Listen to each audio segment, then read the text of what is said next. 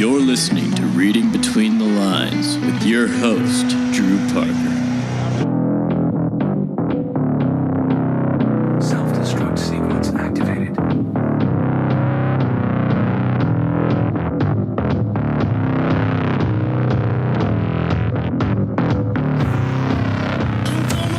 Hello, you are listening to the RBTL podcast. I'm your host, Drew Parker, with my co-host, John Starrett. How's it going? And if you're tuning in, you can find this. I mean, you're already tuning in, but if you're not tuning in yet, you can find this on SoundCloud, iTunes. There's a little podcast button. It's purple with the mic on it. It'll be on SoundCloud, iTunes, and it'll be on my personal Facebook page as well. If you don't know where to find that. Yeah, I'm put it up on YouTube as well, right. Under John Starrett, JOHNSTARRETT, and then just search Texas Tech and you'll find it. And we are brought to you today by Blue Apron, our kind and courteous sponsor. It is a home delivery service of meals, prepackaged, pre-portioned ingredients, easy to make, doesn't take much time. If you want to eat healthy but can't afford it, so I don't have the time, it's a great service for you. Just go to blueapron.com for the details and the menu. Sweet. Other than that, let's get rolling on this, John. All right, start us off with the MLB, Drew. MLB, I'm not a huge baseball fan. I'm kind of a Cubs fan because my whole mom's side is Cubs fans. But in terms of the standings, I'll just run through them briefly because there's, 2 weeks to go in the season now? Yeah, not many games something left. Like that, right. So the standings are pretty who's going to play who is kind of solidified by now, but I'll go through them real quick. For the AL East, the Red Sox are leading with the Yankees nipping on their heels with 3 games, the 3 games back in the division. The AL Central, the Indians are blowing out everybody. That's what happens when you win 22 straight games. Yeah. As for the AL West, your Astros, John, are leading the pack. Yeah. Followed by Mike Trout and the Angels. As for the NL, the East side, the Nationals are running away with it. Bryce Harper, if you don't know who the big stars on that team, I love Bryce Harper personally. He brings a flair that I love. NL Central, the Cubs leading the pack. My Cubbies, again, I'm not a huge fan. I'm not going to claim them as like my diehard team, but that's the one team that I'll follow if no Texas teams are in it. The Brewers are behind them, 5 games back, and then the Cardinals are nipping on their heels at 6 games back. Yeah, I don't know if either of those teams are going to be able to really catch up at this point. But yeah. Brewers are a pretty good team. I don't know much about the Cardinals, but that's a fight for the wild card. As far as the NL West, the Dodgers, who started out the season super hot and then cooled down, had a little slump. They're still 10 games up on the Diamondbacks, so not a whole lot of competition there. But as October nears, we'll be covering more and more baseball. Maybe not more and more, but we'll be covering it more consistent basis. Yeah, we'll definitely mention it for sure. As for that, let's transition to some NFL talk, shall we, John? All right, it is time for NFL Talk with Drew Parker. All right.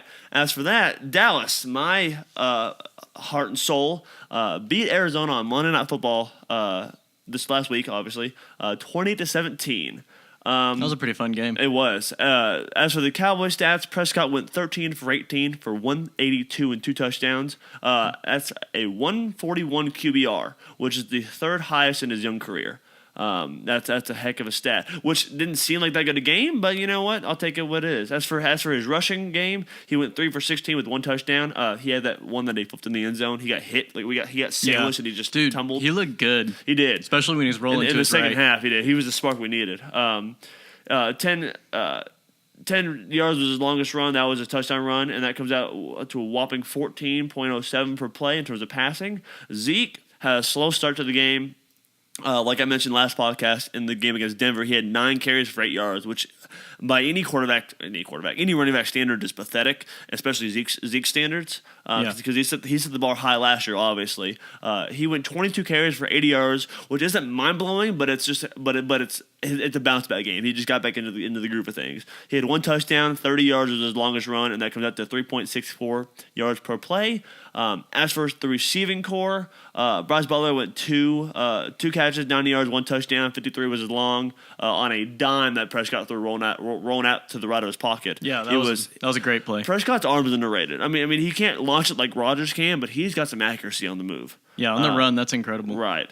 Williams with 3 catches, 47 yards, 22 was his long on 4 targets. That's 15 per play. Noah Brown in his first NFL game went 1 for 1 1 catch on 1 target for 13 yards, and I believe it was a key third down in the red zone that he caught it on. As for Bryant, he was kind of quiet, only 2 for 12 yards, 1 touchdown, but that touchdown sparked us. He ran a quick slant, and he basically willed his way through the Arizona defense. Yeah, he pushed through quite a few people. He's muscling it. Beasley was quieter, but he's still a big name for a team. He went 1 catch, 4 yards, same as Witten. Witten had kind of a bad day. 1 catch, 3 yards on 4 targets. So not great. As for the game, it was a super slow start. If it wasn't for a penalty and a missed field goal, we would have been down 14-0. Yeah, which I was like, you got to be kidding me. I don't get hyped I'm sorry, I do get hyped for Tech games. I don't get hyped for Cowboy games as much as I get hyped for Tech games.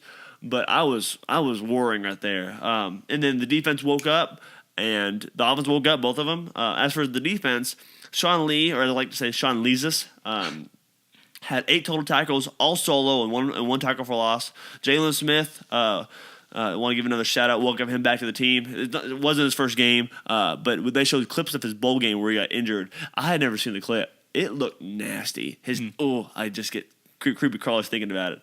But he has 7 total tackles, 4 of them were solo. Jordan Lewis, 6 total tackles, all solo, 1 for loss. And then the other notable was Byron Jones, 6 total tackles, 4 of those were solo tackles. And the last, but not certainly not least, is DeMarcus Lawrence. He had 4 total tackles, all solo with 3 sacks. Yeah, 3 sacks in a game. It put him at 6.5 sacks for the season, which is currently leading the NFL. As for some Arizona stats, Carson Palmer went 29 of 48 for 325, 2 touchdowns. That's 11 yards per play. Dallas only allowed 49 rushing yards, which for as much crap as their D gets, that's pretty good. Ellington was their big guy for he went 5 carries for 22 yards. Johnson was the second guy, 12 carries for 17 yards. As for the receiving, Fitzgerald might be one of the best. Like he's coming to the end of his career. Yeah, if he never gets like a really good quarterback to play, he still gets ridiculously good stats. There was a catch. He's the go-to guy too. Right. There was a catch in that game where I believe it was him and Byron Jones went up for a ball. They both had their hands on it. They collided. He did a helicopter and caught the ball on the ground. That was nuts. That's a highlight play for sure. But Fitzgerald went 13 catches for 149 and 1 touchdown. 37 was as long, and he had that on 15 targets. Easily Hall of Famer. Whenever he retires, wait 5 years, he's walking in. Like I said, Ellington, the running back, was also involved in the passing game. He went 5 for 59. 20 was as long on 8 targets. And then I believe his first name was Jermaine Grisham, but I just have Grisham written down. Okay. He went 5 receptions for 47 yards, and 20 was as long on 9 targets.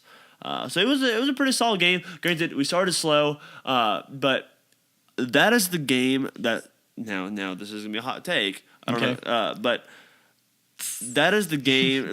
That's the kind of game that Super Bowl contenders are made of.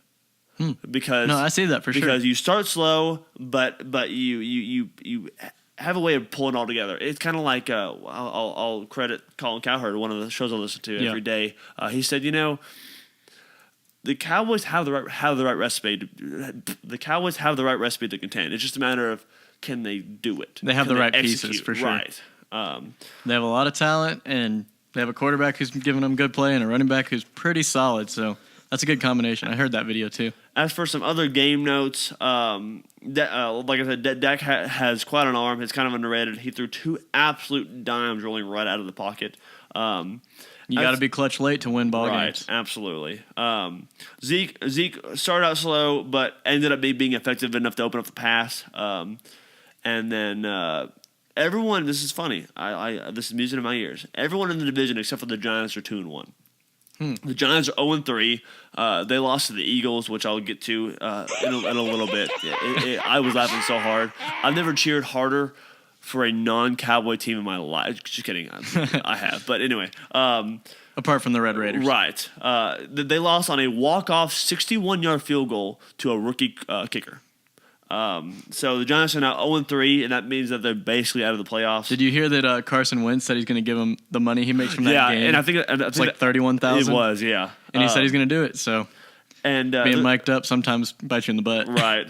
The reason why I say that they're basically out of the playoffs is because since 1990, only 2.3% of teams who start 0-3 have made the playoffs. Like I said, D-Law was an outstanding guy. 3 sacks of his 5 total tackles.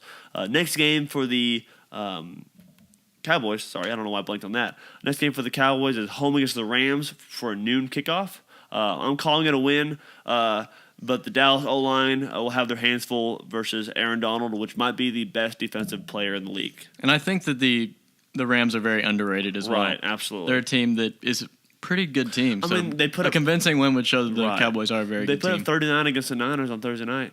41, I'm sorry. And I'm about, right as I said that, I'm about to get to that. Rams over the other notable NFL games, Rams over the Niners on Thursday Night Football, 41-39, which looks like a college score. It is the highest scoring Thursday night game in history. As for some other notables, Jags over the Ravens, that was surprising. I don't know where the Jags came from, or I don't know what. They're like a pretty average team, but they're playing really well right now. I don't know what Ravens team got on the plane and got off the plane, but it started 44-0. And it ended up being 44-7. I didn't know that. So it was a drubbing. Bills, who were a mediocre at best team, won over the Broncos, who just kicked our tail, 26-16. That's another surprising score. Here's another one: Bears over the Steelers in overtime, 23-17. Nobody would have called that. I wouldn't have, at least. That gives their quarterback Mike Glennon a little more credit to continue to be the starter until Trubisky's ready. Makes sense. Colts over the Browns. Not a huge shocker there, but both teams are trash. One team is trash and trending down. One team is trash and trending up. Browns trending up? In my opinion, because they're having more close, good games that are Exactly. fights than they've had the past few years. But the reason why that's mentionable is because the Browns were actually a favorite on the road. They ended up losing 31-28. Jets over the Dolphins. This is another surprising one. The team that I thought was going to go 0-16 destroyed the Dolphins. I don't know what went wrong with the Dolphins, but the Jets beat them 20-6.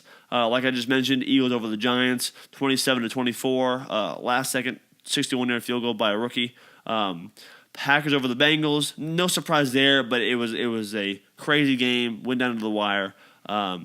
Chiefs over the Chargers. I think the Chiefs, Raiders, Patriots are the 3 AFC contenders for the Super Bowl. Yeah. Chiefs look really good right now. I'd have to agree with that, actually. Right. As for some others, Redskins over the Raiders. I thought the Raiders were going to be good. They got Marshawn Lynch and Derek Carr, which Derek Carr might have been MVP last year if he didn't get hurt. But the Raiders forced 4 turnovers. Not the Raiders, I'm sorry. The Redskins forced 4 turnovers, a lot of 4s. 27-10 was their win. And then to get to your beloved Texans. Tell me about that game. They lost in a heartbreaker on the road in Foxborough. And Texas Tech's own Danny Amendola was the guy that came down with one of those big catches to drive the end of the game. No, I didn't watch this game, but I was kind of following it because I thought it was going to be a blowout. And then I saw the score, and I was like, you got to be kidding me. And as a Texans fan, you'd think I'd be upset about losing, but at the same time, wow. What a game. I don't know the percentage of the stats on this, but the chance of going into Foxborough and beating the Patriots is next to none. So the fact that a rookie quarterback put up that much of a fight is amazing. DW4, man. There was times where he was surrounded by people, like rushing him, coming from every angle inside the pocket, somehow rolls out and escapes. Like first thing, he stayed in the pocket. Then it collapsed on him completely. Somehow comes out, breaks like 3 or 4 tackles, and then throws for a first down. Right. It was nuts. And there was something I heard on Facebook that was like they had a 4th and short late in the game, and they're like, well, we could go for it. We're already up. We could go for it, or we could kick the field goal and force Tom Brady to score a touchdown. And personally, if I was watching that game being a Texans fan, which I'm not, I would say kick the field goal, easy points. Yeah. But you give Tom Brady any time on that clock, and you better hold your breath. Yeah, that was my fear. The moment that time was left, I was like, I watched the Super Bowl last year. You were there. Man, that, like, anytime Tom Brady has the ball in his hands at the end of the game, not a good thing. All right. Is there any more matchups, or can I keep talking about the Texans real quick? No, go ahead. Okay, so here's something that you haven't heard yet, so I want to see your reaction, just a genuine reaction. The Texans are kind of like UT. Okay. Now, hear me out. Okay, so no one knows what to expect. They're both 1-2. They have both beat bad teams. The Texans beat the Bengals, and UT beat San Jose State. who's now 1-4. Played great, but lost against very good teams. Yep. So the Texans lost to the Patriots, and UT lost to USC. Very great games. And they both lost to a fairly average team. The Jaguars and Maryland are the two teams that they also lost to. I don't know how you lost to the Jags. So there's a lot. And we'll see if they can continue that trend. And I want the Texans to go up, and I'm okay with UT going down. We're a little bit biased here. But, I just noticed all that was very similar about the two. And we don't know what to expect, what product is going to be on the field for either of those teams. So another hot topic for the league right now is the Anthem protests. Yeah. I don't want to get too political or too ranty, but it's a topic. I want to cover it. What are your thoughts on that? Man, I think that when it started out, it almost has changed the message, and now there's people coming together, and it's a sign of unity. Right. Like, these people are brothers with getting each other's back, and they're holding arms and like showing that they love each other and that they respect each other and that they're going to go to war for each other, not only on the field but off the field for their rights as well. And while I don't know if that's the best way to do it, the whole kneeling at the anthem thing, what I do see is a new level of unity and a new level of respect these people are showing. NFL players are showing for other people. Right. And a lot of people are taking away their cable subscription or their NFL subscription. And I think DirecTV said that everyone would get a free refund if they said that was the reason. Which is... I don't know. Like, I'm there to watch football. Right. I'm not there to watch people kneel or stand for a national anthem. See, it started out... and I mean, obviously, we're both white guys, so we can't speak to oppression in the country. Yeah, for sure. We know it's there, but we don't know it firsthand by any means. Mm-hmm. And it started out as Colin Kaepernick, who's currently unemployed, by you can say it's because the league is blackballing him, blackmailing him. What term do I use there? It's fine, whatever. Yeah, just go. You know what I mean. You can say that he's being blackballed by the league, but it started out as police brutality and black oppression, and now I don't think the people who originally were doing it did it last weekend for the same reasons. But in terms of this last weekend, I think it was mostly like a screw you kind of Trump kind of thing because Trump. Yeah, his retaliation, I'd say, is a little severe. I get that he's trying to defend the flag, but you don't need to. Someone needs to take his Twitter out of his hand. Okay, and like you said, I don't have any problem with people kneeling. It's better, like Colin Kaepernick started out sitting for the national anthem. I think sitting is much more disrespectful than kneeling. Kneeling is showing some kind of respect, but it's more of. I think Sunday was more of a opening people's eyes of like how is this country being run. And I'm not going to get into my political views. It's not the place for that. But I don't think the cause and the effect of this has changed greatly since last year when Colin Kaepernick did it. And like you said, unity. I love unity. I love like the Cowboys. I liked what they did. They kneeled before and they stood for the anthem. Yeah. But I mean, there's different ways to protest that don't have to require that. But the goal of the protest is to make people uncomfortable. Right. So like they're succeeding if they get you to kind of feel weird about it. And like the Steelers, I love what they did. Granted, I didn't love what they did. I love what happened. That doesn't make sense. But their whole team stayed in the locker room. Yeah. I haven't heard Mike Tomlin's reason for that. Mike Tomlin is the head coach of the Steelers. But there was one guy who stood outside the tunnel. He was a veteran of the U.S. Army, and he stood outside the tunnel because he wanted to show respect. Wasn't it Villanueva or something? I can't pronounce. He was in the Army, I think, at one point, and he came out there, didn't tell really the whole team that he was going to do that. And I guess his jersey sales went way up. He had to apologize to Mike Tomlin, but I don't see why he did that. Because I mean, he wasn't doing anything intentionally to disrespect the team or his country. If you fight for this country and you want to respect the flag against your team's wishes, I think you should be able to do that. They have the right to cut you because of that, but I think you have the right to do that also. Yeah, he's also, I think, a pretty good player, so they're not going to. But I think the fact that he responded and said, you know what, like that's not what I didn't mean to disrespect my team and all those things, and that was very mature of him as well to handle that situation. Now, do you have any more thoughts on that, or can we transition to some college football? All right, so I want to start with NCAA rankings. Alrighty. Well, the AP top 10 hasn't changed much. There's one change, but it's a very notable change. From 1 to 10. Oh, I'm sorry. Let me plug our sponsor real quick. I forgot to do that. Blue Apron is our sponsor. They are a home delivery service. Prepackaged, pre-portioned meals. Cook time is anywhere from 30 to 40 minutes, so you don't have to fumble around to get the right serving size and find the right ingredients. Everything comes to you, prepackaged, pre-portioned. It's a good deal. We don't have a deal attached to our podcast yet, but if more of y'all share it and subscribe to it, then maybe we will be able to give y'all a little bonus on top of just the ad. All right, now back into NCAA rankings. Top 10, AP top 10, from 1 to 10 goes Bama, Clemson, Oklahoma, Penn State, USC, Washington, Georgia, which is kind of surprising to me, but that is what it is. Michigan and TCU at number 9. So OU is number 10, what? I'm sorry. Or TCU is number 9, Wisconsin is number 10. OU is number 3, TCU is 9. All right, so we got OU at number 3, TCU at number 9, OSU, the team we're playing this week, 15, and West Virginia at 23. Yep. All those Big 12 teams in the top 25. And Ohio State, who a lot of people thought was the college football playoff lock, is now sitting at 11. Washington State is slowly but surely climbing up the rankings. Mike Leach's current team is 16. Florida, after their comeback win over Kentucky, is 21. And like I said, West Virginia comes up at 23. But I'm kind of surprised TCU went that high. I mean, I had them at 10, but the fact that they even cracked above that is amazing. Yeah, when you beat the number 16 or whatever OSU was at the time. And in dominating road fashion, too. Yeah, that's nuts. And right. I don't know. We'll get into the Tech game later, but that gives me a little bit more hope for the game even.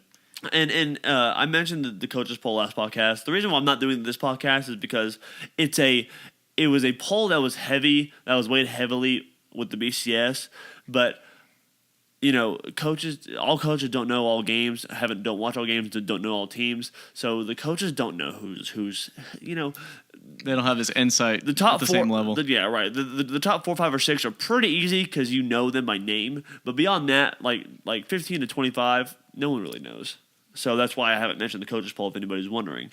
As for some notable games of Week 4, go ahead. One last ranking. Mm-hmm. So Texas Tech, they beat U of H this last week. Yeah.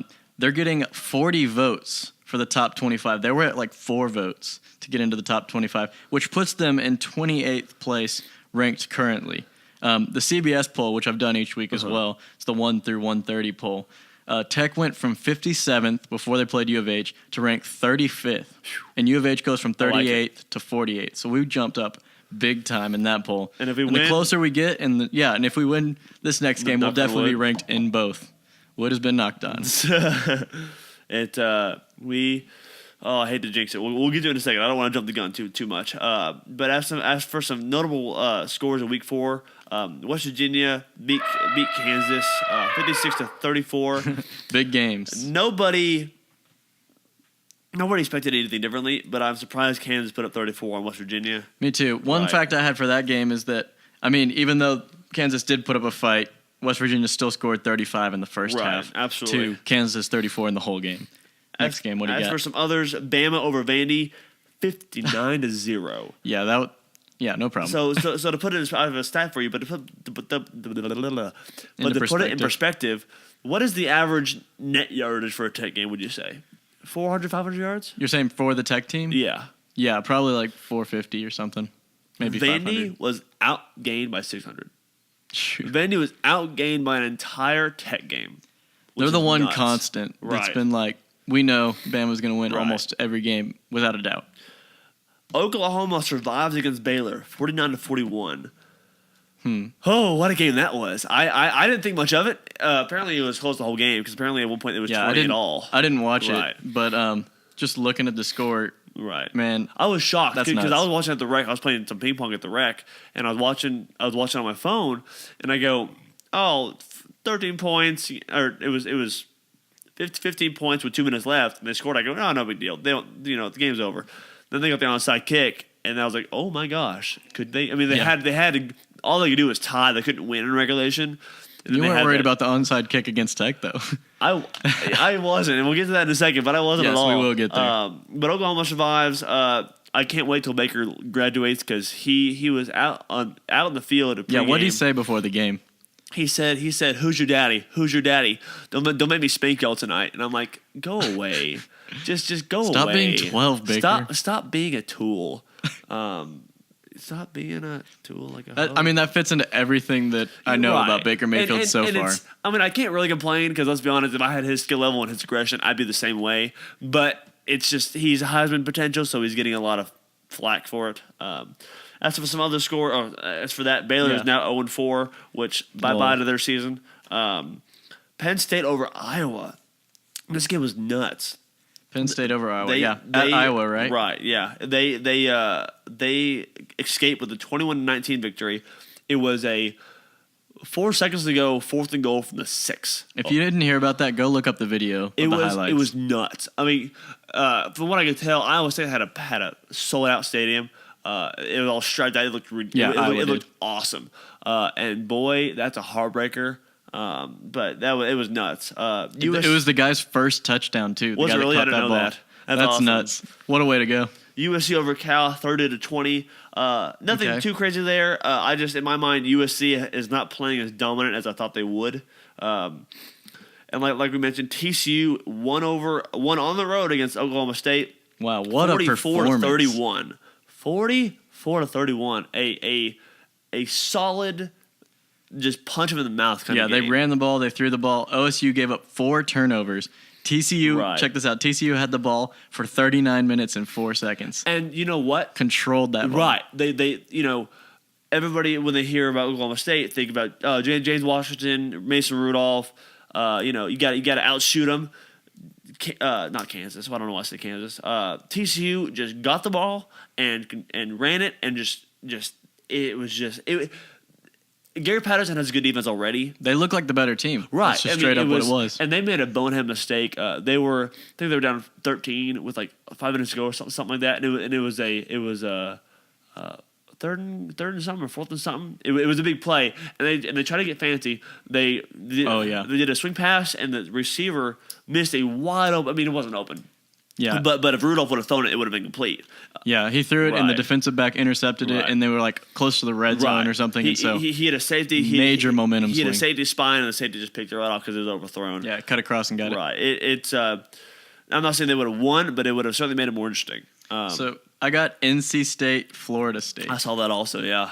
Okay, so NC State beats number 12 Florida State 21-27. FSU starts 0-2 on the season, down to only 20. Still ranked. They're only down to 29th in the AP poll, which is one below Tech, but still, like, what the heck? You haven't won a game yet. Right. Like, I don't know. That's a little too high for me. No, that was at home, right? Or was it on the road? I think it was on the road. Yeah, I'm not sure. And then the last notable score that I have is our last week foe, Arizona State, beats Oregon 20. Oh, that's right, because we just played Houston. I got you. Arizona ASU. State beats Oregon 37-35. Wow, that's a crazy game too. That and Oregon State at the time was ranked 24th. They won't be anymore, but they were ranked 24th. So that'll put Tech's win against Arizona State. Not that it wasn't a good win already, but it'll make it look a lot better. Yeah, and ASU put up substantial points over Oregon, and so they were trying to come back, and they couldn't they just didn't have enough time to come back. And so this is another place where ASU controls the time of possession, 38 minutes of the game. So when you have the ability to take the ball out of the explosive playmaker's hands for the most of the game, there's a higher chance of them not getting a comeback. For those that are listening and y'all don't know why time of possession means a whole lot, but simply put, if you don't have the ball in your hand on the field, you can't do much. Like, and 38 out of 60 might not seem like a lopsided margin, but those 8 minutes mean a lot. And what that means most of the time is that they ran the ball effectively. Right. And it's hard. And when you have to be honest about stopping the run and have your linebackers suck in, it opens everything up. It opens everything. You can just pop it over their heads. As for that, let's look into some interesting games for Week 5. I have a few written down. USC and Washington State. I think USC will win, but I just am rooting for Mike Leach. USC on the road is only a 3.5 favorite, which I think they'll win. And I want Washington State to win, but I think UC will cover. I also have Clemson and Virginia Tech. College game day is going to Lane Stadium to cover this game. I believe that's 7 o'clock. That's what every primetime game is. Clemson should win. I'm not saying they're going to lose, but they're going to have their hands full because that is a physical and fast Virginia Tech team. They played West Virginia the first week of the season, and that was a heck of a game. Yeah, and so both of those teams are on fire, both right. Clemson and Virginia Tech. The line is 7 for Clemson on the road. Check this out. The cheapest ticket I could find to that game was $158. Dude, the cheapest ticket. That's ridiculous. At Clemson. Lane Stadium is. Since I'm referring to it, I might post on my Facebook so y'all can get a reference of what I'm talking about. But Lane Stadium is one of the loudest stadiums you'll see in the league. They play Enter Sandman when they want to hype their crowd up, and that place goes berserk. It's ridiculous. Yeah. So, can we go to Big 12 matchups right now? Absolutely. I have one that I was about to get to. Texas and Iowa State. This is Big 12 matchups. All right, Texas at Iowa State. Texas is 6-point favorites in Ames. By the way, the tickets start at $12, not $158. So I just had to let you know about that one. I think Texas is going to lose this game. If they win, they won't cover. I'll say that. If they win, they won't cover, but I think they're going to lose. Cool. So they'd have to win by less than a possession then. If they don't cover, because Iowa State is one of those teams that is they're still bottom half dwellers, but they're trending up for sure. So I think Texas will get another dose of reality, and Tom Herman will start sweating bullets. He won't get fired after this season because they have too much money invested in him, but he'll start getting some night sweats if he loses this game. Yeah, for sure. So other matchups I have in the Big 12, we have Baylor at Kansas State. That's a 2:30 kickoff. K-State is 17-point favorites over Baylor. Do you think they cover that? 17. I think Baylor after not almost beating, I don't want to say almost beating Oklahoma, but giving them a run for their money. Yeah. I think they're 0-4. I think not that they'll lay down, but they're gonna be demoralized. Yeah, I say that they're gonna cover because they're at home, Kansas State, and Kansas State had a bye week to prepare for Baylor. I think they'll cover. I think it'll be 20-25. Really? Yeah. Wow. Okay. Another Big 12 matchup is the game that we're excited about, and we'll get to that later. But OSU at Texas Tech, 7 p.m. kickoff in Lubbock, Texas, and it is a blackout game. Did you know that OSU opened it? I thought it was 11, but I think they opened it like 13-point favorites. I think it was 13.5. And then they dropped down to, last time I checked, 9.5-point favorites. At the lowest, it was 9, and that was yesterday. But I checked today, and it was 9.5. Yeah, so that's... fun fact, guess what the line was for the TCU Oklahoma State game before it started? Really? 9.5. Oh, yeah. Oh, that's pretty tight. All right. So this is time for Miscellaneous Tech Facts. All right. So I read some Lubbock Online articles and just some articles around, and I found some pretty cool stats about Tech in general this season. Tech ranks 2nd in turnover margin, 3rd in turnovers forced per game, 3rd in total offense, 2nd in passing offense, and 9th in scoring offense. Those are some pretty good numbers. Tech's turnover margin for the season is +7, which is really good. I don't remember, we had an over/under on the season preview podcast for a number of turnovers. I think we said 20. Dog, we could be halfway there in 2 weeks. Yeah, we are playing pretty great. We have 9 total turnovers and 2 the other way +7. So that's pretty good. Justin Stockton. Do you have Justin Stockton, Kiki? I do. Some of those notes pulled up. All right, so Justin Stockton is our leading rusher on the team. Tell me his stats. He had 10 carries for 102. 84 was the longest one. And fun fact about him, due to penalties, Stockton actually had 104 yards on a single drive. Do you have his season stats so far? I do not. Just his game. We'll get to the U of H breakdown in a minute. But the Justin Stockton is our leading rusher for Tech with 196 yards and 2 touchdowns so far. Kiki now leads the team in receiving yards overall with 446 yards and 4 touchdowns. And he had I'm sorry. I read Justin Stockton's. Oh, I read his. You read his stat for the U of H game. Yeah. Okay. As for Kiki Cutie on the U of H game, he went 11 receptions for 161 and 1 touchdown. Yeah, we're about to get to the U of H game though. So. Oh, am I not there yet? I'm sorry. We're not to the U of H game yet.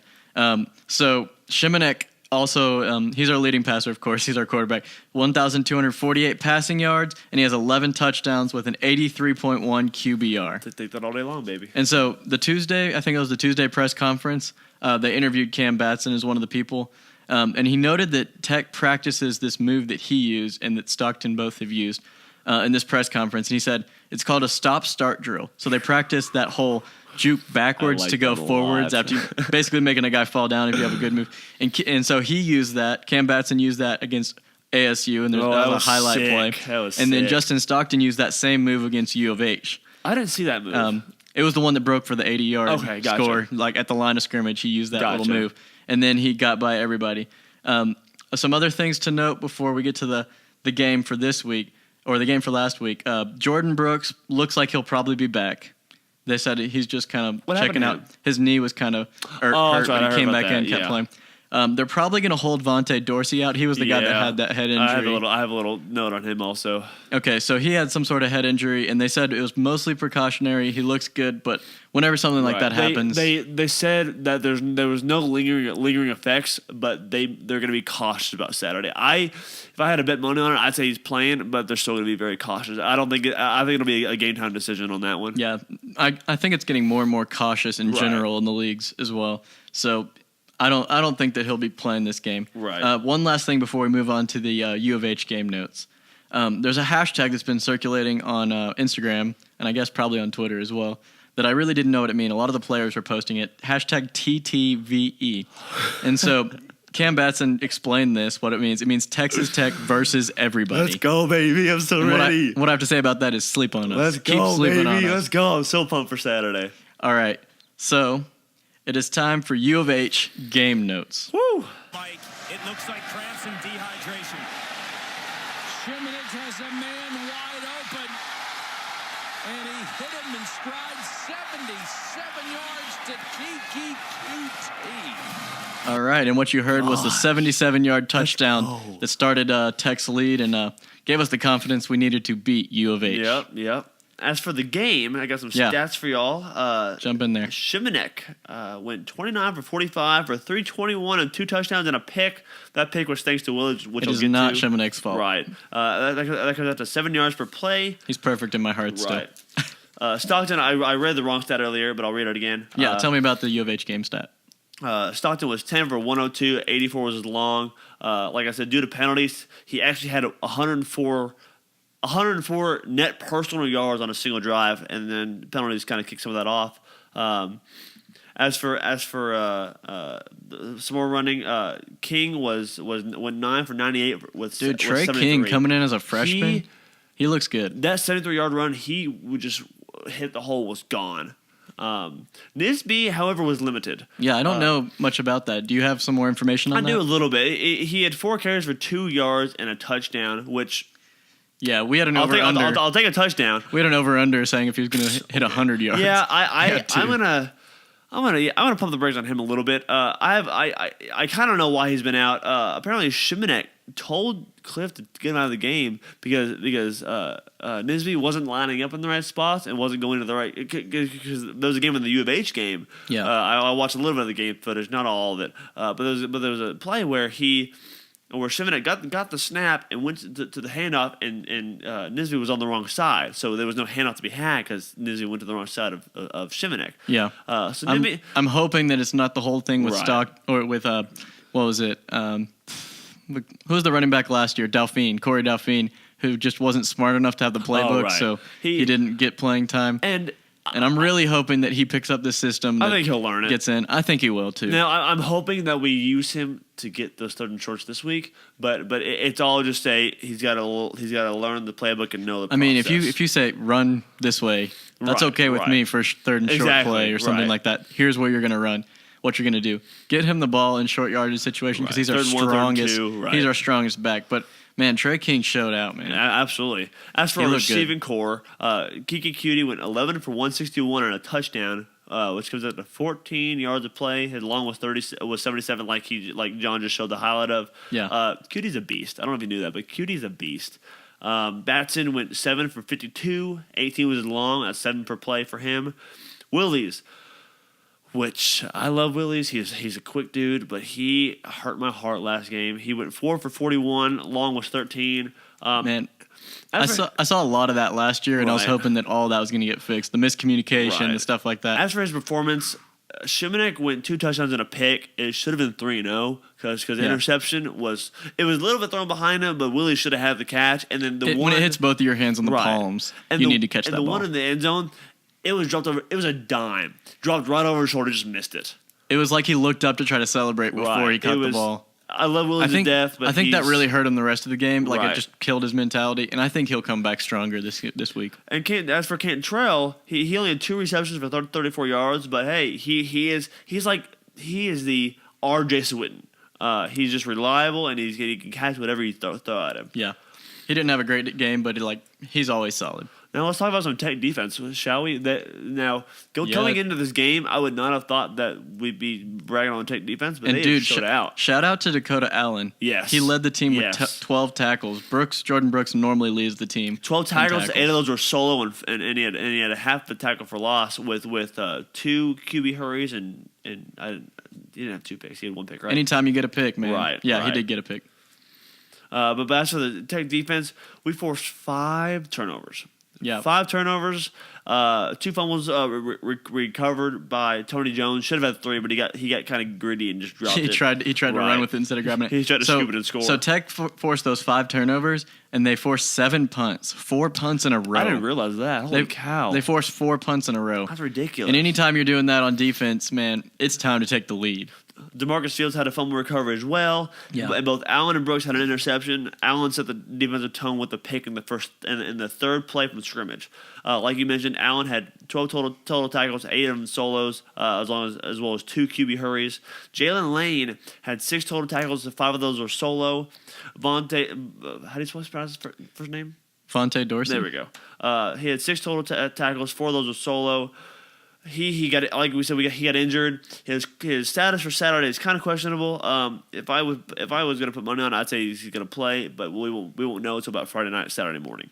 Cool. As for some other notables, Deshaun Johnson had 6 total tackles, 3 of those were solo, and Brooks had 5 total tackles, 2 of those were solo, and 1 QB hurry. All right, cool. I got some team stats. Are you done with player stats? Yeah, I'm gonna touch on something real quick. As for Houston's quarterback, Allen and Postman. Kyle Allen. Actually, you go ahead. I'll get in that. I'll get in that in a minute. Okay, so just some cool stuff that I've found on articles and stuff. Tech held U of H to 50 total yards in the first quarter, and we started so How fast. many? 50 Wow. total yards in the first quarter. Tech has put up a lot of fast starts with turnovers and early stops in the game pretty consistently this season. And so starting fast defensively is great. I'm hoping we can transfer that to the offense as well. Right. The U of H team only averaged 3.5 yards a rush with 110 total rush yards. That, if you don't count the quarterback, we probably held him even under 100. Right. The backup quarterback that came in all fresh at the end.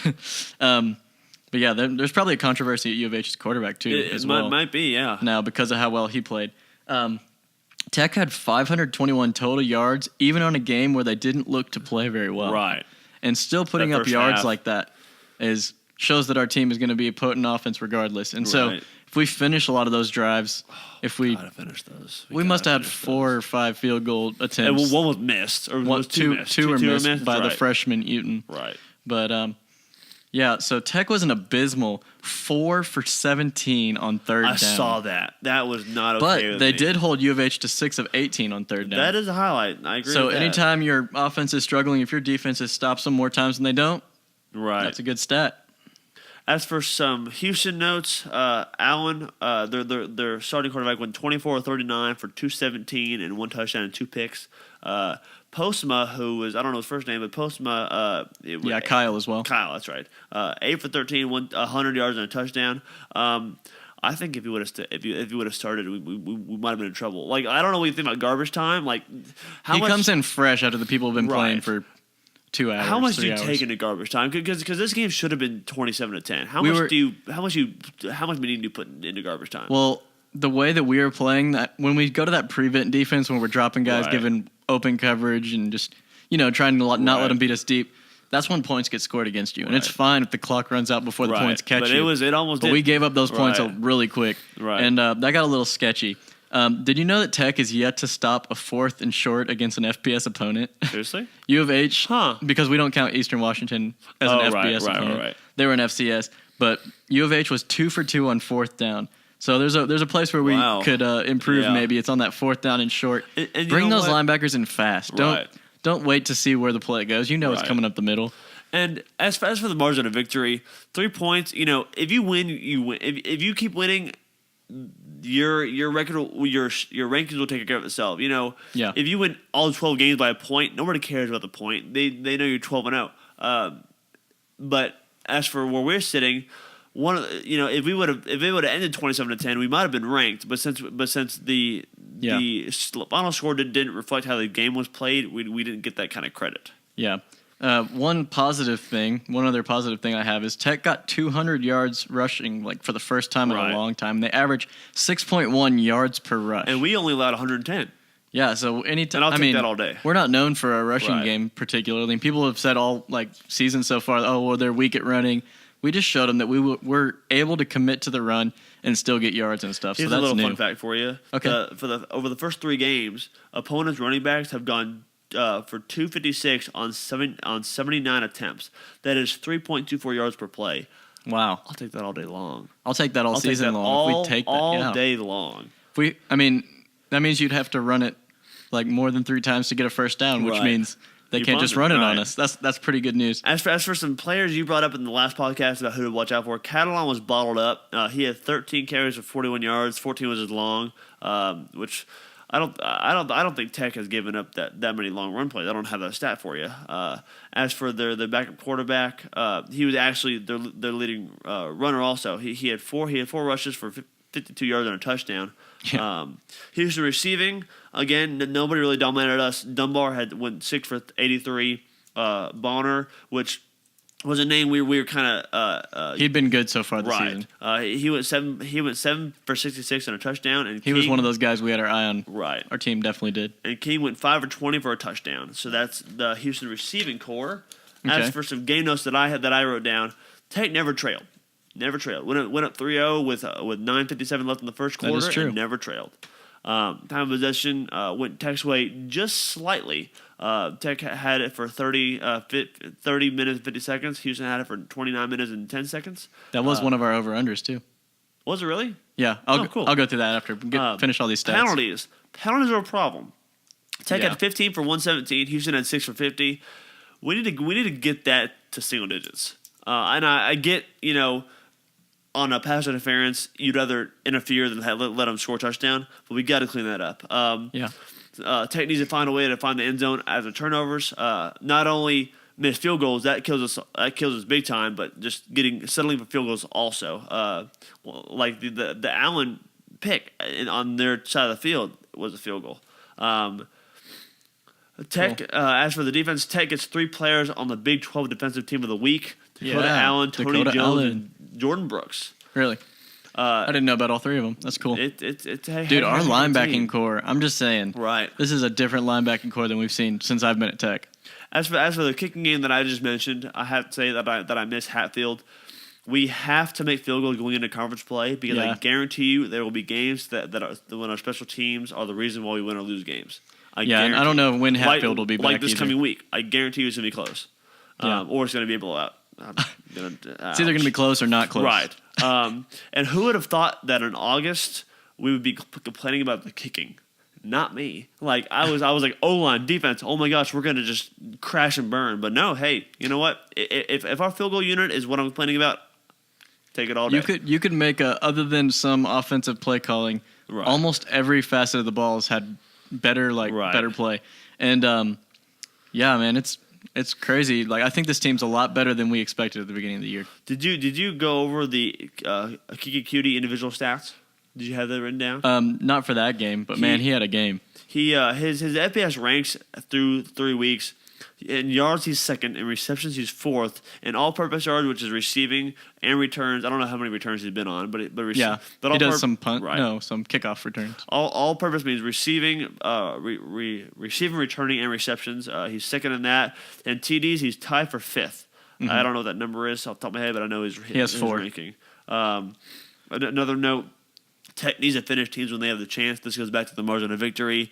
Granted, a win's a win, but when you're up 27-10, you gotta just put your foot to the throat. As for the prediction, I call 2-1. We're now 3-0.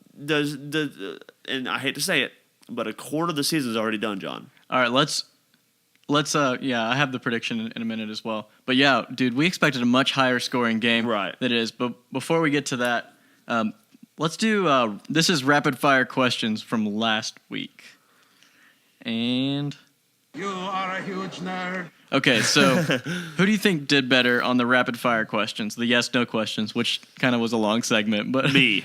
You think you did better? All the time. I win everything. All right, yes, you did. You did actually beat me in this. So, Cliff has a celebration after a successful play call. Wow. You said yes. I said yes. I'm going to go with yes. He kind of celebrated, so we'll take that. Tortillas will fly in Houston. You said technically probably at least 2, so yes. And I said sure, and I'm going to go with I think so. I'm going to give us a point on that one. There's got to be something. Someone had to do it. Tech's offense has 50-plus yard touchdown. We both said yes, and Kiki hit his hip for a 77-yard touchdown. Nick takes no sacks through the first quarter, and I had to watch the entire first quarter game film to check this out.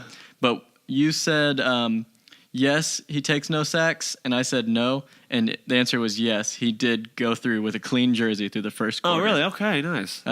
Nisby got hit pretty good on Ed Oliver coming through, but he got that ball out. Hey, Ed Oliver was bottled up also, but yes, that is 100% true as well. Will Tech's first drive be a touchdown? You said no. I said yes. They did not score on the first touchdown. Let's go. It's putting you up. Tech stays perfect in making extra points. Yes, they did.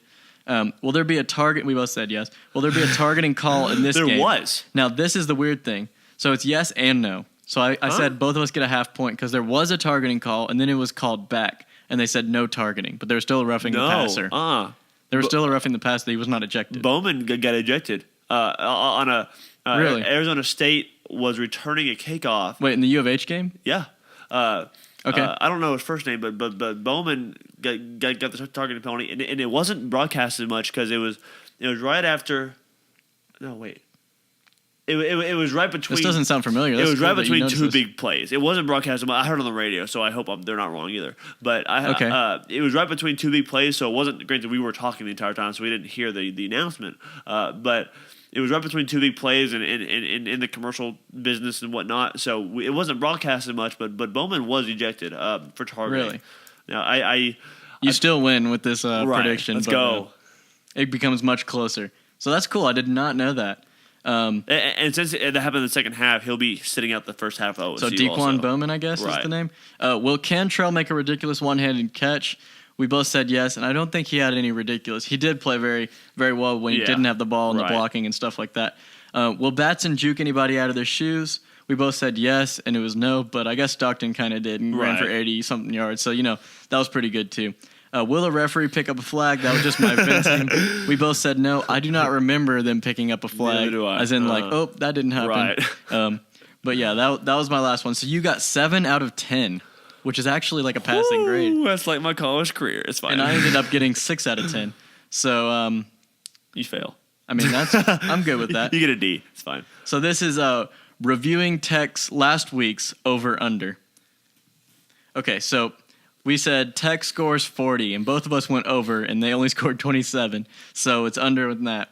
Tech holds U of H to 450 yards. You said under, I said over. We allowed 427 yards, so it was under. Let's go. Tech wins the time of possession. You said under. I said under. We actually won the Tech possession over. Tech defense gets 2 picks. You said under. I said push, and it was actually push. Yeah. I never expect the push to actually go through and work. But that was pretty cool that we did get 2 picks from both of our linebackers who are Houston natives. Linebackers. So that's pretty cool, too.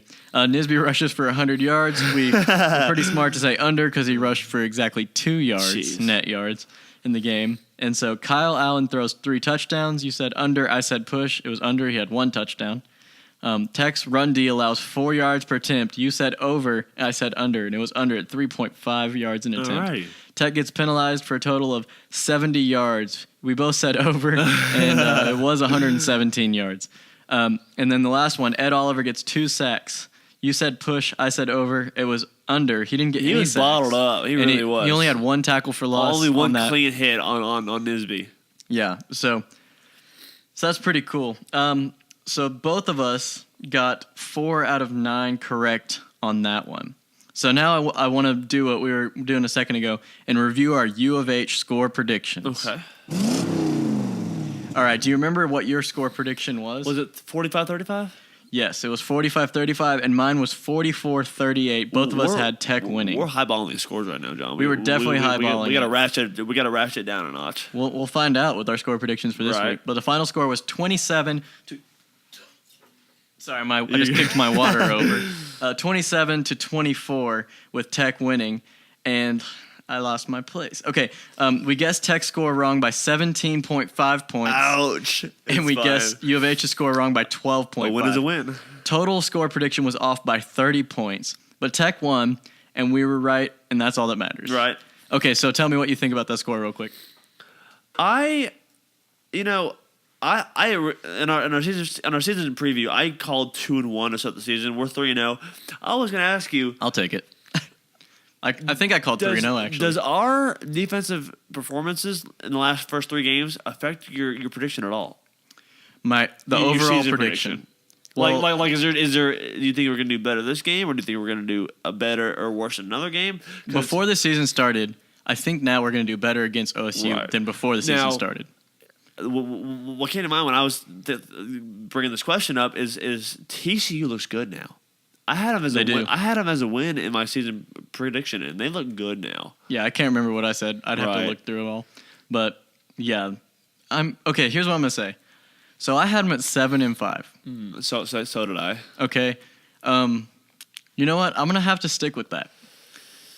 Oh. But the thing is, we're going to be in almost every game if we play the way we played. And last year we were in a lot of games and lost by 8 or fewer points, 5 times? Right. So, the difference is maybe sometimes we can get over that gap this year. Because if you think about it, we're 3-0. I think we can get to 6 wins fairly easily. I think we're going to – I never thought I'd be saying this in August, but I think we're going to get to 6 wins fairly easily. Yeah. Now – the problem is 7. There's a huge difference between 7-5 and 8-4. Yeah, huge difference. Only one game. A lot of skill difference, right? And I think we can scratch together 4 wins. Now, conference play is tough. There's some games like Kansas. We go at Kansas this year, but conference play is tough no matter who you're playing. I think once conference play happens, I'm scared to say this, but I'm thinking our defense is going to give up a lot of points. Right. So we're looking good now in terms of defense. But it's hard for me to say to push my 7-5 to 8-4 because I don't. It's hard to pull 5 wins out of the conference play. It really is, and that's asking a lot. So I mean that's over 50% of the games. I'm inclined to say 8-4, but I'm going to hold my prediction as of now until we see how we play Saturday. Yeah, 8-4 would be only 5-4 on the rest of the season. So that's just saying win the rest of the season over 500. Right. Which the way we've played so far is giving me a little bit of hope that that's possible. So let's do a little preview for the exciting game for this week. Or Oklahoma State at Texas Tech. So this is Oklahoma State preview notes. All right, Oklahoma State is ranked 15th in the AP poll, 14th in the coaches poll, but that's not your favorite anyway. They're 5th in the nation with 405 passing yards per game. They score 48.3 points per game, which is 4th nationally. And Tech actually is 3rd in total offense nationally, so that's pretty cool too. 2 high-flying offenses. Mason Rudolph has 13 touchdowns, 1,533 yards, and has a QBR of 91.1, which are all higher than Shimonek's total touchdowns, yards, and and everything. So he's a stud of a player. We give him too much time, he is going to be trouble. Oh, yeah. A few other notes just in general about the team that I've had. Running back Justice Hill, he's a very shifty back. He has 352 yards and 4 touchdowns. James Washington, he's really good. He's a really good wide receiver. Yeah, I'd say one of the best for this next draft class. He has 4 touchdowns for 520 yards. Like, Kiki has monster numbers, but this guy has even more yards than, and his average is ridiculous too. It's like, I don't know, it's like 20 points. 20 yards a carry. Don't quote me on that, but he has ridiculous yards after catch, and he's a deep threat for sure. Oklahoma State allows 24 points per game, which is 59th nationally. 59th is not one of the top defenses in the nation. For college football, you can win a lot of games with that kind of offense if you only let up 24 games. So I'm really hoping that, they also haven't played an offense like Tech so far. Right, absolutely. And so I'm really hoping that we take advantage of this defense that's unproven so far. Right. And against, I'd say, inferior offenses is still ranked 59th nationally. So do you have any general notes about Oklahoma State before we get into specifics about the game? Well, just kind of hyping up the hype train. 7 o'clock blackout, and this game is nearly sold out. I know yesterday it'll be sold out, but probably by the time we post this, or really close. Yeah. It was 1,000 left yesterday, or under 1,000. I got my ticket yesterday. It's going to be an absolutely electric atmosphere. Like, I can the one I compare it to is last year OU, because that was that game had so much energy in it. I'm prepared for this to be a top 3 of the best Tech games I've ever seen live. When you get there and people are just buzzing and they're just I freaking love that. It's gonna be so intense. Let's see what else I got here. Anything generally about Oklahoma State to look out for? James Washington and Mason Rudolph. Be scared. Those guys announced together that they were coming back for their senior season, and the moment that happened, I was like, oh, crap, this team's going to be real good. Now, are you going to do keys of the game soon, or is that next? I'm going to do fun facts before I do that. Sounds good. Take it away. All right. Cool. Let me make sure I get this transition right. Okay, so this is this is fun facts about OSU. All right, so these are all just fun facts that I have about Oklahoma State University. So they have a championship in football from the year 1945. Really? Something I found. That was a great year. Yeah, I remember it very well. OSU has no minimum ACT, it's kind of like an SAT score to get in. And they claim that they have a holistic approach. Xerox U is why. To admissions. I'm going to get to that in a second, for sure. Oklahoma State has an 82% admissions acceptance rate. And they have 82% admissions? That's pretty darn high. Wow, I don't know what Tech is, but that sounds high to me. Tech, I think, is 60, somewhere around there. So 82%, and they have 18,000 undergrad students. So they're a little bit smaller than Tech. Quite a bit smaller than Tech. And so I think this is kind of just random, but I think that Oklahoma State is the Texas Tech of Oklahoma. Like, they're kind of given that same treatment, the little brother treatment. You're never Oklahoma. Yeah. The whole thing even though now, I mean, obviously, after they lost to TCU, we kind of changed the story, but they're going to go head-to-head with OU this season. Yeah, and so they're kind of given that little brother treatment like we are with Texas as well. So that's just one thing that I found pretty interesting about Oklahoma State. That's totally an opinion. So famous people that went there, Barry Sanders. Wow. He went there. He won the Heisman at Oklahoma State, and he's only 5 foot. I don't know why I said 5 foot 8 inches, and so he's a big name. Right. And then a guy that you probably know, he plays wide receiver for this other Cowboy team. His name is Des Bryant. And he went to Oklahoma State, and the overrated receiver that I love so dearly. The Lovekin product, Des Bryant, went to OSU from 2007 to 2009. And now, of course, he plays for the other Cowboys. Let's go, baby. And, yeah, dude, I think he lost to Michael Crabtree 2 years in a row on the Belindakoff Award for the best receiver. Oh, really? Except for, like, 2008, 2009. Yeah. But, man, both of them are fantastic receivers. He's a product of that school. Here's something that I find pretty cool. They have a full-time dog therapy place at, like, OSU's campus. Really? And let me see if I can get this right. It's called Pete's Pet Posse. And they're available like every day of the week. Okay. And they have two events every week that I just thought were pretty great names. They have Mutt Day Monday and Wagon Wednesday every week. And so they have therapy dogs, which basically is for the stressed college students to pet the dogs, kind of relax a little bit. And there's 22 of them from the official stat on their page. All right, so I have to let y'all know one thing. I really don't hate OSU. Okay, but there are some things that I have to get off my chest. I do. That's me. All right. Okay, we know Oklahoma State as Xerox U because they copied many key traditions. I just want to talk about two that they stole from Texas Tech. And I get it. I guess they were in different conferences at the time. Right. And so they weren't trying to... Excuses. But they still copied us. Right. Okay, so one that they stole, they copied our masked rider on horseback concept with the Spirit Rider. 30 years after Tech did, because Tech did in 1954. You can't do that. For sure. They stole Tech's, and by the way, we're biased, so just no, not at all. Really biased. I mean, not at all, because Tech is just the best. They also stole Texas Tech's Guns Up, and they stole that hand sign, and they used the phrase pistols firing. But you do the difference, right? Tech is one finger. There's just two. No, two is Stephen F. Austin. There's just also one finger. I thought it was two for them also. Okay, I was wrong. They're one finger. They literally stole our hand sign. Garbage. And they call it pistols firing. Okay. Pistols firing. You know, that's what I think about that. And they also basically copied Raider Red. Yeah, with Pistol Pete. Granted, our guy doesn't look nearly as creepy, but okay, yeah. Their guy is very creepy. Pistol Pete looks like a bad clown. Okay. Also, another thing that is pretty dumb, I think, is the orange power cheer. I get it if they're like orange, black, or whatever their color, because that makes sense. They're both colors. Or go Pokes, which is kind of a weird one. But like, you know, orange power is like, what? Okay. Anyway, so the only power orange has is to be inferior to red. That's what I think.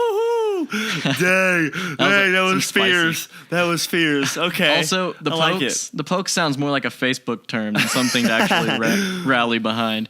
Go Pokes. Right. I'll poke you back. Okay, yeah. Okay, well, yeah, that's it. My rant's over. Oh, goodness. Drew, what do you think about OSU? Well, I second everything you just said, but I will give them credit for one thing. Okay. The paddles that they use for home games, which was why I hate playing over there, because they're a hard team to go play on the road. Yeah. I wish I don't want to copy them because I don't want to be the Xerox U for them in this situation. But their wish we had some sort of loud. I do kind of thing because apparently getting there early enough to be at the rail and having those paddles is a huge deal to the students. And those paddles, you can hear them over the TV clearly. They are so loud. They echo through the stadium. Right. And if you know anything about Drew, he likes to hit things and make a lot of noise. A lot of things. There's been many broken things from Drew. I was sitting in Tech games, and I'll plug this at the end. But I was sitting in the Wesley intern office today, and I was telling Beth I can't get more hyped up for this game than I already am. And Sally goes, "Oh really? Just wait. come Saturday morning, I'll be bouncing off the walls." But yeah. Oh, for sure. All right. Listen to this sound. Oh, I love this segment. Means. Let's go. This is rapid fire questions, and you're going to answer these saying yes or no. We're going to try to run through without any explanation and just say yes, no, and blood flowing. Maybe a quick why, but let's not get into detail. This is rapid fire questions. Cool. All right. Does Tech go with the all-black uniforms for the game? Absolutely. No question about it. I say yes as well. Will this game be the shootout that many expect? Scores in the 40-plus ranges. Shootout, but there will be an element of defense. All right. So yes or no? Yeah. Shootout, yes. Yes. I say yes as well. Is Oklahoma State still top 2 in the conference with Oklahoma? No. No. I think TCU temporarily jumped them. I don't know if they can hold on to that, but TCU is temporarily above them. I'm going to go with yes. They're still top 2 and will be at the end of the year. Does Rudolph's QBR go down after this game? He has like a 90-something QBR. Yes, but just slightly. All right. I'm going to go with no. Okay. Will Dakota Allen lead the team in tackles against OSU? God, I hope so. Let's go yes. All right, I'm going to go yes as well. Will a targeting call be called and confirmed in this game? Yeah, there's going to be enough passing with helpless receivers in the air. Yeah, I'll go yes. I'm going to say yes as well. That's scary. I think that hope it's not us. Is OSU's coach Mike Gundy, is his mullet cool? No, but he's built a brand on. Did you know that after the TCU loss, they actually called for him to shave it off? No way. Yeah, he's not gonna do that. I'm gonna say no. It's not cool. It's not like the '80s or whatever. No. Whenever that was famous. All right. Do we make every extra point count? Unlike last year against OSU. Sorry, that was just a quick rant. That was brutal. For those of you who don't know, I know a lot of freshmen are watching this. By the way, shout out to Micah who's listening, and shout out to Kendall who's listening. Sweet. Micah is a guy who I've gotten close to recently. Be a good friend and share this with all your friends. And Kendall, shout out Friona. I'm not from there, but you know my family, or you almost knew my family. Anyway. Sweet. Thanks for listening. But I was like, freshmen don't know this, but last year we went on the road, and I believe it ended 45-44. I believe so. And it was we were down the whole game. Kind of it was back and forth, but we were the trailing half of most of the game. Yeah, we were making a comeback, and it felt like the momentum would finally come back into our own. And Mahomes willed our team back, and then Hatfield. Bless his heart, he's one of the most accurate kickers on the planet. But the one play that could have brought us from 5-7 to 6-6 and changed the whole narrative of the season, he missed, and we ended up losing 45-44. Yeah. So I'm totally have a conspiracy on this, but you look really closely at the hold. Batson moves the hold. The ball goes over more than 45 degrees right before the kick. Watch the video. What is your conspiracy about, though? So my conspiracy is that it's not Hatfield's fault at all. It is Batson's fault. Right, that extra right. Point I mean, there's a lot more that goes into a kick than just the leg. Because he had it set and then he pulled it for some reason. Right. I didn't even know Batson was Batson. Is Batson still the holder? I believe so. Huh. He was last year. I need to look closely at that. But that's my conspiracy about that. Son. That was the longest rapid fire question response we've ever, hopefully we'll ever have. Shout out to you, freshman. All right. So here's the next one. Will Tech try a crazy trick play this game? You know what? It's going to be a rowdy crowd. Heck yeah. I'm going to go with yes as well. That place is going to – I am so pumped. That place is going to explode. Okay, so I'm going to go into more detail since we both said yes. Now, what are you predicting? We'll get to that. Well, does Tech pull a trick play on a fake punt? Yes or no? We're just talking about what kind of where they'll do this trick play. That's gonna be my heart. No, I don't think so. Not enough fourth down. I'm gonna go no as well. Will this trick play work? Tech get a touchdown, or either a first down or a touchdown? It'll work for a first down. That's what I'll say. I don't know about touchdown, but it'll work for a first down. I'm gonna say it's gonna work for a touchdown. If there's a tie in this one, that'll give me the tiebreaker. If we do get a touchdown off a special play. And I'm going to say it's something kind of like near the 30-yard line that we are on 30, yeah, that we throw something special in there. I don't know who has a better arm besides Shimonek. Maybe Batson was a high school quarterback. Maybe do like a jet sweep to Duffy and have him throw it deep to Cutie. Dude, I'd take him or I'd take Xavier Martin. I love flea flickers. There's something about rolling left or right away from the center and making them think you're gonna run wide and you flicker right over them. I love those plays. Yeah, those little dump passes kind of thing. That's definitely cool. All right, cool. That's all I have for rapid fire questions. Alrighty. And here's a fun one as well. You know what that means. I love these segments so much, John. It is time for over/under questions. Let's go. All right, 3 touchdown plays in this game of 60-plus yards. Oh, 3 of them? 3 total. Is it Tech and OSU total? 60-plus, I say push. You say push? I'm going to go over. I knew you could do that. I knew you could do that. God dang it. 3 total interceptions in this game. Ooh. In the whole game. Oh. 3 total... I don't know why I'm on pins and needles. Over under. Gosh dang it. Under. I'll say 2. Okay, I'm gonna go over. Oh, stop it, John! You're killing me right now. These are some hot takes in here. Shimonek over under. Shimonek gets sacked 3 times in this game. Push. All right, I'm gonna say over. Gosh dang it, John! Okay, we'll hear this out. Rudolph gets sacked 3 times in this game. I feel like I'm pushing all these. I'm going to say push again on that one. I'm going to say over. I'm predicting 4 on all these. Okay. James Washington has 120 receiving yards against Tech. Over. He is so explosive. I'm holding us to under. Okay, we hold running back Justice Hill to 90 yards rushing. Under. I'm going to go over on that one. We've been flip-flopping on all these. Right. Either one of us is going to be really good or bad, or we're just going to get 50-50. We hold OSU to 400 passing yards, which is about their average. It's hard to push it because that's the exact. Yeah, I would definitely go over or under. 400, you said? Yeah, 400 passing yards. Under.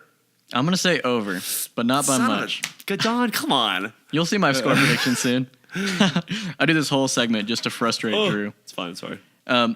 Okay, so Tech has 400 yards passing in this game. So we said OSU, now Tech, 400 yards passing. Screw it, over. I'm going over as well. Thank God he said something over. Okay. All right. Tech holds OSU to 4 rushing yards per attempt. So our defense holds them to 4 rushing yards per attempt. Over, under. Over. I'm going to go under and say that we have a really good run defense, and that's why their passing game is so good. For once your take isn't negative. That's fine. Hey, I've had some pretty good positive ones. So 80 total points in this game. There's no line for this game, but what do you think about 80 total points? That's pretty high scoring. You can look at your prediction if you want.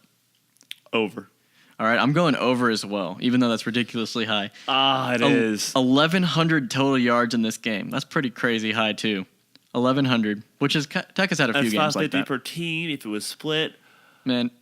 I'm going to say under. You're going to say under? Yeah. I'm going to go over with the 1,100 total yards. Jerk.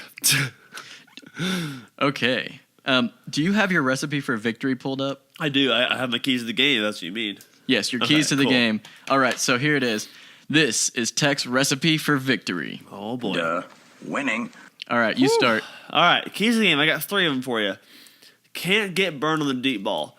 I mean, I don't mean like 30-yard plays where you get. I mean like not 70-yard bombs at the end zone. Yeah, Washington's had like 2 or 3 of them so far. Can't let them do that because if they do that, it'll open up the run, and then the run open up the pass, and vice versa. Can't get beat on the deep ball. Yeah, things could get blown. I totally. So yeah, you got don't let them beat you with the deep ball. It's your first key to the game. There's one of the two. Going to be a shoot. Sorry, I did it in the wrong order. Going to be a shootout. Have to make most of drives and take advantage of turnovers. Possessions are going to be at an all-time premium, which means if we can take theirs away and make the most of the steals with touchdowns. If we can get 2 turnovers and get 10 points or more out of those, I think it's a game. I mean, making myself mad over here. You have to capitalize on their turnovers because I don't think you're going to get much of this game. And another one, establish the run game. This is how TCU controlled that game. TCU beat them. Yeah. They had 238 total rushing yards, 163 TDs came off of Darius Anderson, which was the starting running back. That's a beast of a game. Now we're not going to run as much as them, obviously, because we're Texas Tech. We don't. But we did have 200 rush yards last game. But if we slow the pace of the game, take away their possessions, take away their possessions with turnovers, and run the ball to limit the amount of drives that they get throughout the game. So time of possession and taking advantage of turnovers. And then sure tackling, linebackers, safeties, and cornerbacks. Dude, keep that rolling. They've been tackling great. It kind of goes along with the deep ball as to where good tackling will, even if we get burned on a 30-yard play, good tackling will make it not a 70-yard play or a 60-yard play. Make their running game look boring when you tackle them for 6 yards instead of 60. Absolutely. And as far as that, I'll recap real quick. It's don't get burned on the deep ball. Going to be a shootout. Make most of the drives. Make most of the drives you have and take advantage of turnovers. Establish a run game and sure tackling in the secondary. All right. Well, 2 of my 3 are actually different than those, so we're going to have some different points and keys to the game. Okay, so I'll start with the points off turnover. When Tech when the picks, fumbles, and 4th down stops come, get the points. Last week we had 10 points off of 5 turnovers, which is ridiculous. It should have been 20. Should be a lot more than 10 off of 5. I expect 3 touchdowns from a Tech offense out of that for sure. So my other 2, pass rush and 3rd and long. Okay. Rudolph will make mistakes or throw the ball away. That's the one thing that the weakness that we've seen through Rudolph through the years is when he is pressured, he'll throw the ball for a few picks. Right. And TCU did that and really forced some of those 4 turnovers that they had that game. Zach Barnes and Eli Howard will be key in those plays. We kind of have those as the 3rd and long pass rush specialists. And then my last point of the game, so I have points off turnovers, pass rush on 3rd and long, and test OSU's run defense. They struggled against TCU. TCU ran the ball at will against them. And so OSU struggled, allowed 238 yards rushing against TCU. And I really want to see a little bit more Desmond Nisby. Well, I want to see a lot more Trey King. Yes. Because, man, when he was put in, there was a difference in that game. So those are my keys to the game. What do you think? Pretty good to me. We win if we do all those things that I said and Drew said. You know, my biggest one is make the most of the drives and take advantage of turnovers. If we're taking the ball away from them and getting 7 on every turnover, that is just money in the bank in my mind. That's how you win a game, man. Right. You get more points. Thanks, John. Appreciate that one. Score more than them. That's my key to victory. Don't let them score and score points, and you will win. Garbage. No, but that also, no, for sure. That's one real. more that I just can't. If you're looking at me right there, I see you. So I'm pointing to the camera. You can't hear this on the radio. If you are thinking about not going to the game, I promise you it'll be worth it. I can't guarantee a win, but I'm telling you, it's going to be a heck of a game. It's going to be a heck of an environment. The atmosphere is going to be electric. I'm going to be pumped beyond my mind, which isn't even a sentence, but it's what it is. Yeah. If you want to see that moment we just shared with the camera, check it out at YouTube. Come early, be loud, stay late. The Jones is going to be rocking. Oh, 100%. For sure. Okay. Do you have any hot takes? Because I'm about to enter this section of hot takes to let you know. So here is hot takes. Okay, you go first. I have one. I don't have all of them. Woo! Some hot takes are coming. Here's my hot takes. Some of them are hotter than others. But Nick Shimonek has a higher QBR than Mason Rudolph in this game. Okay. Tech's 806 defense will force 5 punts in this game. 5 punts against OSU. That is hot. That's pretty hot, right? A 50-plus yard field goal will be made in this game. That's a big now, field goal. Is it going to be just, I mean, obviously any points are points. Any points are meaningful. My prediction is going to be clutch? Like, is it going to be like a momentum changing, or is it going to be a game winner, or what? It's going to be helping come back from a deficit, but not enough to take the lead. And I'm going to have Tech making it on this. And I don't know what point in the game. That hurts but me. I do have Tech having a late, big play. Okay. 50-plus yard field goal. And that's pretty hot. By the way, none of my hot takes last week came true. Not a one. Really? So I looked through and I was like, cool, I might get to brag on some. And a few of them were like at the end of the season. It's funny how because last podcast you mentioned that I was kind of downplaying your hot takes. You go, I guess these aren't as hot as I thought they were, and then nothing came true. So that makes them both nuts. stupid. They were hot takes then. Right. They were the least hot takes that. Right. Yeah, they were the opposite of what I thought, which was crazy. So yeah, let's see. I got that one. Cameron Batson has his breakout game with 100-plus yards. He needs it. It's about time.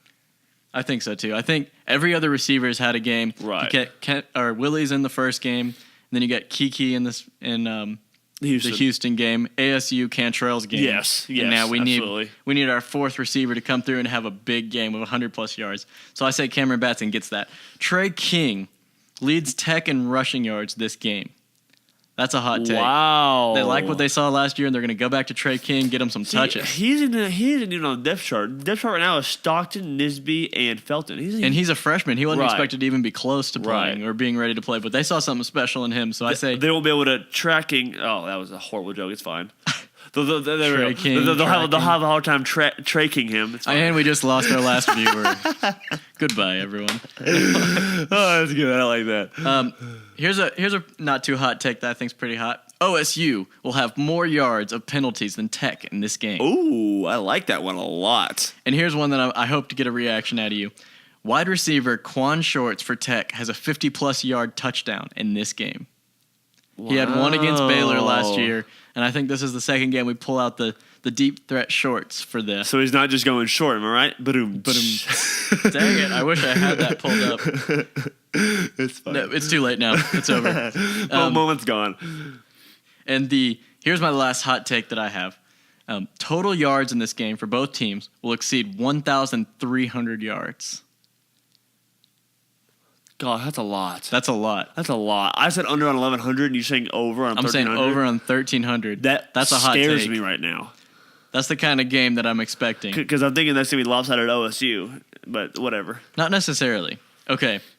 Do you have any hot takes before we go to the score prediction? Yes. I don't know. I haven't looked at the Heisman big board yet, but this game will make Mason Rudolph drop down, if not off, of the Heisman big board. Oh, that's so high. I was kind of skeptical going into the season about who's this Rudolph guy? I don't think he's gonna be that good. He proved me wrong the first 3 weeks, and he's number 4 or 5 right now. Right. His first 2 games, the numbers he was putting up just blew my mind. But I think we, with the help of some picks, I think we can get him off that board or lesser on that board. Yeah, he's like 1 to 8 or something right now. So we'll see. I think it'll be such a good game that come the fourth quarter, you will people are gonna be leaving obviously because it's gonna be a late game and people are going to go to bed, but you will not notice a decrease of fans at the stadium. You won't feel like half the fans are gone. Right. It won't be like Arizona State where you lead so much that you get lulled to sleep and everybody leaves to think it's over. Yeah, dude, that's pretty good take right there. What else? I hope that it's a close game. Right. So. We rushed the field even though we shouldn't. Here's my take on that. If we win by less than 10 points, yes, it has to be dramatic to rush the field. Then we will rush the field. Right, because here's my little rant on rushing the field. And I don't know if Sally's listening, but Sally, if you're listening, we are always butting heads on this topic. In my opinion, if it's a top 10 team, no matter what you rush, if it's a top 10 to top 25. It has to be dramatic because the whole reason for rushing the field is pent up energy and you just want to go somewhere. Yeah. If it's a 30-point blowout, you don't rush the field because you already know you're going to win. If it's sealed and we're downing the ball with like 2 or 3 minutes to go and we're up by like 15 or something high. But if it's like the UT game in 2008, that was last second play. Yes. That was you were so excited you didn't know what to do, so you just ran forward literally. Just full on sprint. It has to be dramatic for you to rush the field. In this game, yes. I mean, the reason why I say top 10 is because if you're blowing number 3 in the country, like let's say OU comes to town, and we blow them out, they're number 3 in the country. I don't care if we win by 1 or 50. Or TCU later this season if they continue to play well, we do as well. Oh, okay. That's a game I'm pretty excited for as well. That game is one of those I was talking about to where now that I've seen how the teams are playing, they scare me a little more than they did.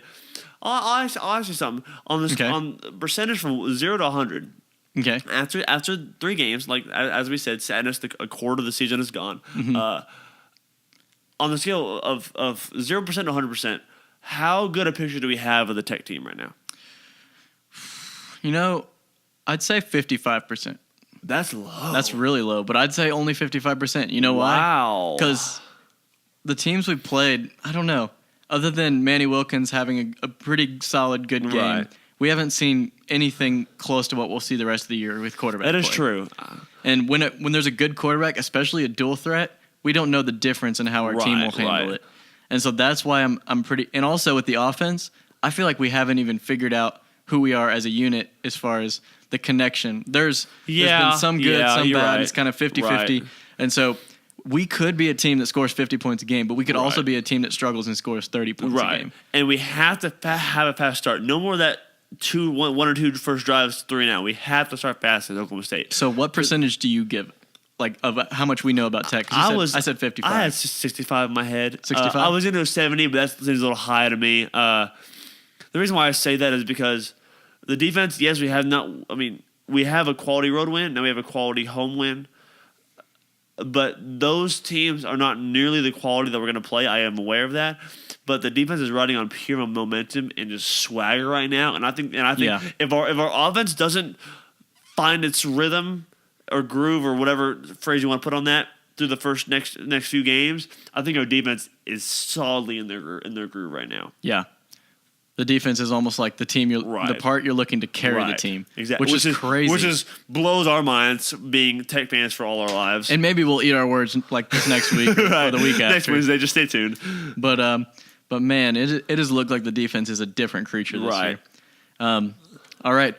Are you ready for the last segment where we talk about what we think is going to happen? Absolutely. All right. This is Score Prediction.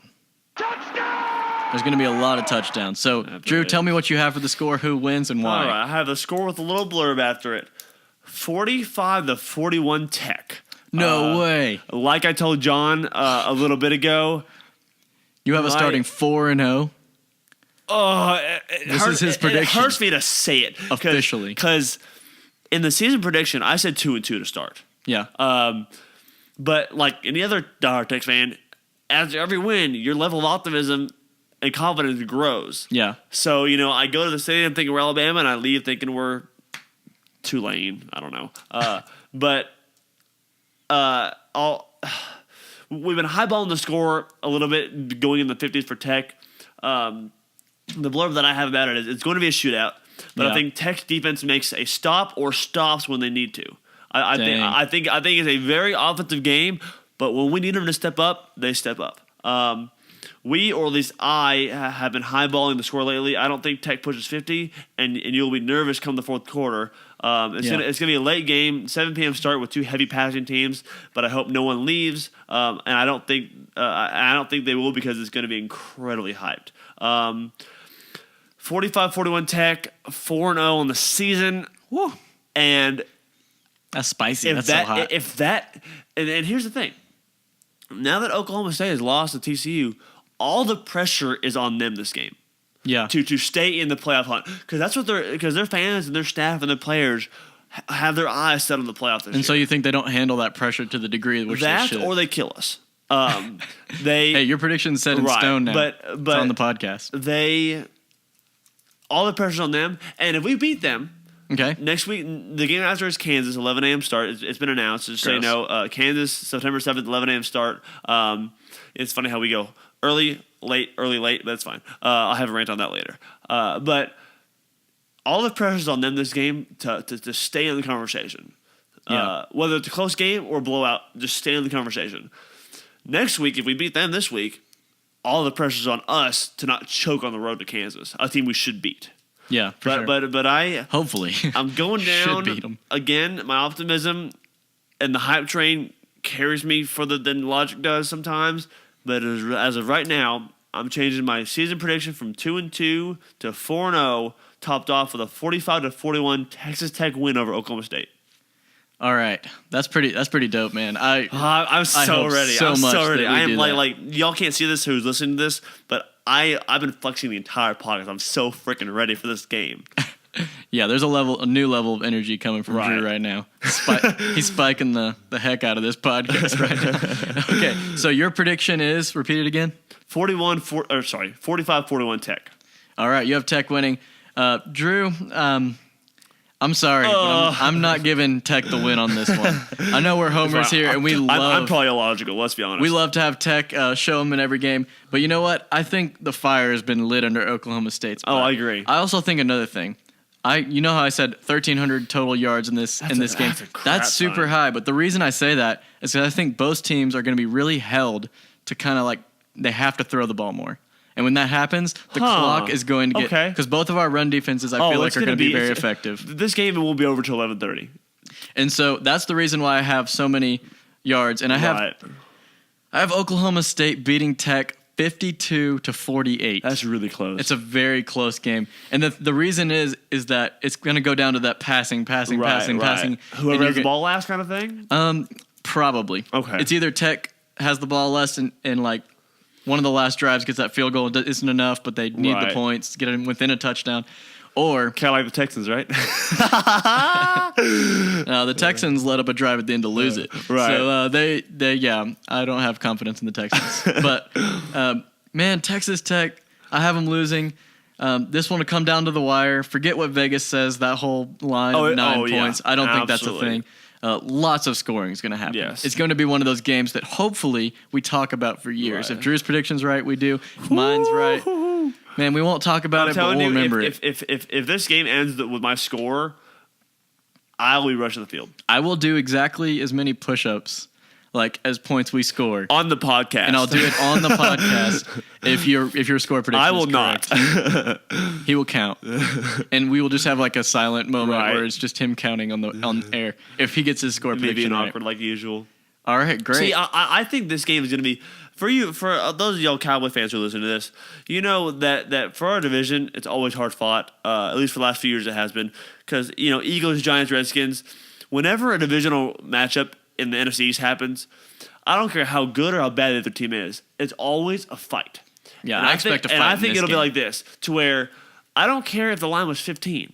It's gonna be a hard fought game. It's the kind of game that everyone's right. And I'm gonna say it's the most hyped up crowd at Tech. It's almost sold out. I'm so ready. Unless TCU and Tech are both undefeated going into that game, then that one would beat it. That's gonna be lit, dog.